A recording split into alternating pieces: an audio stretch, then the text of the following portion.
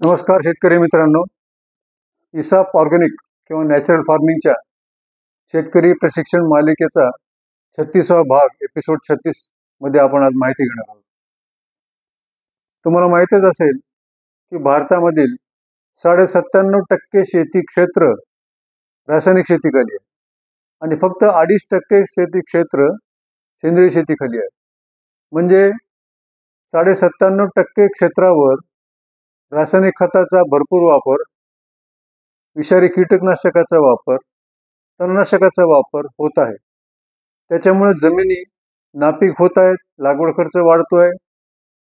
1947 साली जेव्हा भारत स्वतंत्र झाला त्यावेळी जमिनीतलं कर्ब, सेंद्रिय कर्ब 5% होतं. आता 0 पासून 0.306 असं आहे. गांडुळाची संख्या कमी झालेली आहे, पाणी धरून ठेवण्याची क्षमता कमी झालेली आहे, सूक्ष्म जीवाणू मेलेत बरेचसे, मित्रकिडी, मित्र बुरशी, मित्र निमॅटोड याचाही नाश झालेला आहे. परंतु या परिस्थितीमध्ये भरपूर खर्च करून सुद्धा उत्पन्न काही मिळत नाही. तसेच जमिनी खराब होत आहेत, पाणी खराब होत आहे, मानव आणि पशूचे आरोग्य खराब होत आहे. हे सगळं लक्षात आल्यावर बऱ्याच जणांची इच्छा आहे की रासायनिक शेती सोडून द्यावी आणि आपण सेंद्रिय शेती सुरू करावं किंवा नॅचरल फार्मिंग सुरू करावं. परंतु त्यांना मार्गदर्शन काही नाही मिळत. आता सध्याच्या परिस्थितीमध्ये एकूण 16 शेती पद्धती आहेत, त्यामध्ये काही ना काही त्रुटी आहेत. त्याच्यामुळे उत्पन्न बरोबर मिळत नाही आणि संपूर्णपणे विज्ञानावर आधारित त्या पद्धती नसल्यामुळं शेतकरी संभ्रम अवस्थेत आहे. नेमकं काय करावं हे कळत नाही. तर आपल्याला असं करायला पाहिजे की शेतावरचे किंवा बांधावरचे वनस्पती कशा वाढतात, कोणत्या प्रिन्सिपलवर वाढतात, कोणत्या शास्त्रीय आधारावर वाढतात याचा अभ्यास करून इसाप सेंद्रिय शेती पद्धती आपण तयार केलेली आहे. आणि ज्याच्यामध्ये आपल्याला लक्षात आलं पाहिजे की नेमकं सुरुवात आपल्याला करायची आहे तर पहिल्या वर्षी काय केलं पाहिजे. तर हा कृती कार्यक्रम मी आज या एपिसोडमध्ये सांगणार आहे. सगळ्यात पहिल्यांदा मी तुम्हाला विनंती करेल की तुम्ही 4 पुस्तकाचे वाचन करा, म्हणजे तुम्हाला नेमकं कळेल. याच्यामध्ये पहिलं पुस्तक आहे the secret life of plant. म्हणजे वनस्पतीचं शास्त्र काय म्हणते, त्याचं आयुष्य कसं असते, त्यांना भावना असतात, त्यांना राग कळतो, लोभ कळतो, ते कम्युनिकेट करू शकतात, संदेश देऊ शकतात. एका शेतातलं एक पीक दुसऱ्या झाडाला संदेश देऊ शकते की या ठिकाणी कीड आलेली आहे, तुम्ही काहीतरी करा. मग व्होलाटाईल ऑर्गॅनिक कार्बन सोडतात, ते बाहेर सोडतात आणि मग मित्रकिडीला बोलवतात. हे असं एक विचित्र, अत्यंत अद्भुत असं विश्व या झाडामध्ये त्यांना जे कळते. आणि त्याच आपल्या ज्या भावना, मानव आणि वनस्पतीमध्ये बरंचसं साम्य आहे, तर त्या साम्याचा तुम्ही विचार करूनच शेती करायला सुरुवात करा. ही पहिल्यांदा आपल्याला हे पुस्तक वाचलं पाहिजे. त्याच्यानंतर जमिनीमध्ये कोणते घटक आहेत, कोणते काय आहेत, जमिनीमध्ये काय शक्ती आहे, त्याचं एक आपल्याला सिक्रेट्स ऑफ द सॉइल हे सुद्धा आपण वाचावं अशी माझी विनंती आहे. जमिनीचं पूर्ण ज्ञान आपल्याला होईल.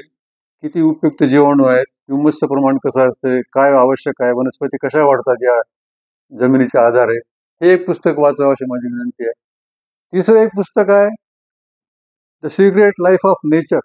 निसर्गातले चमत्कार जे आपल्याला बुद्धीच्या, विज्ञानाच्या पलीकडे आहेत, जे आपण विश्वास ठेवू शकत नाही, हे सुद्धा याचं वास्तवाचं ज्ञान आपल्याला हे पुस्तक वाचल्यावर होईल. आणि चौथं एक पुस्तक मला अत्यंत महत्त्वाचं वाटते की जे आपण विषारी कीटकनाशकं, रोगनाशकं जे फवारतो आपण, त्याचा अंश किंवा हे सेफ आहेत, इतक्या लिमिटपर्यंत सेफ आहेत, त्याचं ATL लिमिट जे आहे त्याच्याप्रमाणे आपल्याला संभ्रम किंवा गैरसमज असतात. तर या पुस्तकामध्ये मिथ्स ऑफ सेफ पेस्टिसाइड या पुस्तकामध्ये स्पष्टपणे असं नमूद केलेलं आहे, जगातील संशोधकांनी अत्यंत अभ्यास करून हे केलेलं आहे की हे विषारी औषधं कधीही नष्ट होत नाहीत. त्याचं दुसऱ्या ऑक्झानमध्ये रूपांतर होतं आणि ते 10 ते 1000 पट अधिक विषारी असते. त्यामुळे हे अजिबात सेफ नाहीत, हे नष्ट होत नाहीत, याचं एक लक्षात घ्या. हे सगळ्यात पहिल्यांदा तुम्हाला असं मी विनंती करेन की 4 पुस्तक तुम्ही वाचले पाहिजेत, म्हणजे लक्षात येईल. आता आपण एक निश्चय करूया, ज्याला रासायनिक शेती सोडून सेंद्रिय शेती करायची आहे किंवा इसाप पद्धतीने शेती करायची आहे, त्याने एक निश्चय करायचा. 5 सूत्र आहेत, पंचसूत्री निश्चयाची पंचसूत्री मी म्हणेन, की नंबर 1 आहे, माझ्या स्वतःच्या कुटुंबाला, या समाजाला मी विषमुक्त अन्न उत्पादन करेन आणि त्यांच्यासाठी निरोगी आणि दीर्घायुष्य मिळण्यासाठी प्रयत्न करेन. हे पहिलं पंचसूत्रीमधलं पहिलं सूत्र आहे. नंबर 2 आहे, असा निश्चय करा की यापुढं तुम्ही 1च एकरावर करा, परंतु त्या क्षेत्रावर कोणत्याही पिकावर रासायनिक खते, विषारी कीटकनाशके आणि तणनाशके वापरणार नाही. नंबर 3 आहे, एक पीक पद्धती सोडून दे. नुसतं सोयाबीन पेरणार नाही, नुसतं मका पेरणार नाही, किंवा नुसतं हळद लावणार नाही, नुसतं ऊस घेणार नाही, किंवा ग्राउंडनट घेणार नाही, भुईमूग घेणार नाही. कोणतेही पीक भाजीपाला असो, एक न घेता त्याच्यामध्ये मिश्र पीक घेईन मी, आंतरपिकं घेईन, जोडोळ पद्धतीने घेईन आणि मिश्र पिकं घेईन. आणि शेताच्या बाउंड्रीला मी असे झाडं लावेल मक्यासारखे की ज्या ठिकाणी परोपजीवी किडे हे येतील आपल्या, आणि पक्षी थांबे लावेल वगैरे वगैरे आपण करू. तर एक पीक पद्धती नको. नंबर 4 महत्वाचं आहे, चौथं सूत्र, त्याच्यामध्ये जमिनीची खोल नांगरटणी बंद करून टाकेल. मित्रांनो, आपण जमिनीची खोल नांगरट करतो, आपण सेंद्रिय कर्ब त्याच्याने उडून जातो, आणि सगळ्यात महत्वाचं म्हणजे जमिनीमध्ये प्रत्येक पिकाच्या मुळेशी मायक्रोरायझा नावाची बुरशी असते. ते तंतुमय जाळं विणते ती, आणि हे तंतुमय जाळ्याच्या पाईपलाईन आहे, आणि हे जमिनीतले मुख्य अन्नद्रव्य, दुय्यम अन्नद्रव्य आणि सूक्ष्म मूलद्रव्य जे आहेत, हे अन्नद्रव्याचा पुरवठा आपल्या वनस्पतींना करते. आणि त्या बदल्यामध्ये वनस्पती त्यांना प्रकाश संश्लेषण झाल्यावरचं कार्बोहायड्रेट जे आहे, ते कार्बोहायड्रेट अन्न म्हणून त्या मायक्रोरायझाला पुरवते. आणि हे मायक्रोरायझाचे तंतुमय जाळे आपण खोल नांगरटीनं तोडून टाकतो, मोडून टाकतो. म्हणूनच आपण काहीही नांगरट न करता बांधावरची वनस्पती चांगली वाढते. तर आपल्या शेतामधले वनस्पती सुद्धा आपण जेव्हा जमिनीची मशागत करतो त्यावेळेस फक्त वरच्या 4 इंचाची मशागत करायची, खोल नांगरट अजिबात करायची नाही. हे झालं चौथं सूत्र. आणि 5वं सूत्र अत्यंत महत्वाचं आहे, ज्याच्यामध्ये आपला उद्देश कोणत्याही पिकापासून, ऊस असो, टमाटे असो, केळी असो, हळद असो, त्याच्यामध्ये मला विक्रमी उत्पादन मिळवायचं नाही. आपल्याला विक्रमी निव्वळ नफा मिळवायचा आहे, निव्वळ उत्पन्न मिळवायचं आहे. 1,00,000 रुपयाचे टमाटे काढले आणि 70,000 तुम्ही खर्चले, तर तुमचा निव्वळ नफा 30,000 मिळतो. तुम्ही 50,000चेच टमाटे काढा आणि 5,000 खर्च करा, तुमचा निव्वळ नफा 45,000 मिळतो. तर हे उद्देश लक्षात ठेवा, हा हिशोब लक्षात ठेवा. तर याप्रमाणे आपल्याला हे उद्देश मनात ठेवायचे आहे. आणि पुन्हा हे जे पंचसूत्री आहे, याच्यानंतर आपल्याला एक 12 कलमी कार्यक्रम करायचा आहे मित्रांनो.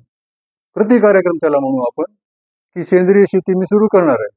10 एकर शेतामधलं 1 एकर मी हिसाब पद्धतीने शेती करणार आहे. कोणतेही पीक असो, मग ते कडधान्य असो, गळीत धान्य असो, भाजीपाला असो, वृक्ष असो, काही असो, किंवा नगदी पिकं असो.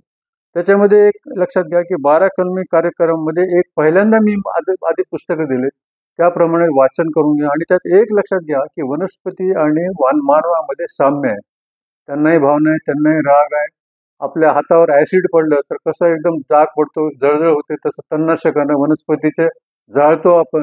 अत्यंत क्रूरपणे आपण त्याच्यावर अत्याचार करतो, आणि त्या अत्याचाराच्या रागापोटे ही जिवंत वनस्पती आणि जमीन ही आपल्याला पापाचं काम केलं, आपण अत्यंत अनिष्ट काम केलेलं आहे, अत्यंत कठोर काम केलेलं आहे. याच्या बदल्यामध्ये ते आपल्याला कसं उत्पन्न देणार, हा विचार करा थोडासा आपण. तर हा भावनात्मक विचार जरी सोडला, तंत्रज्ञान याच्यामध्ये लक्षात घेतलं, तरी आपल्याला पहिलं कार्यक्रम म्हणजे तुम्हाला हे साम्य समजून घ्या मित्रांनो. त्यानुसार त्यांच्याकडे प्रेमानं बघा, त्याच्यावर प्रेमानं बघितलं तर उत्पन्न आपोआप वाढतंय. थॉट व्हायब्रेशन प्रोसेस आहेत वगैरे वगैरे. नंबर 2 आहे, संपूर्ण शेत मोजून घ्या एकदा. आपण कधीच मोजत नाही कोणता प्लॉट किती आहे काय नाही. इतके एकर, इतके गुंठे असं सगळं मोजून घ्या आपण. त्यानुसार त्यात म्हणजे एक किती एकर क्षेत्रावर हे पीक आहे, मग त्यानुसार आपल्याला त्या हिशोबानं आपल्याला निविष्ठ वापरता येतात. नंबर 3 आहे, तुमच्या शेतामधले सुरुवातीला शेतातली जमीन किंवा माती आणि पाणी याचं ॲनालिसिस करून घ्या, परीक्षण करून घ्या, त्याचं तपासून घ्या. त्याच्यानंतरचा मुद्दा आहे in situ soil and water conservation, मृद आणि जलसंवर्धनाचा त्याला सर्वोच्च प्राधान्य द्या. पाणी असेल तर शेती आहे, पाणी नसेल तर शेतीमध्ये किफायतशीर उत्पन्न मिळत नाही. त्याच्यामुळे नगदीत जास्त पीक काय घ्यायचं असेल तर पाण्याची आवश्यकता आहे.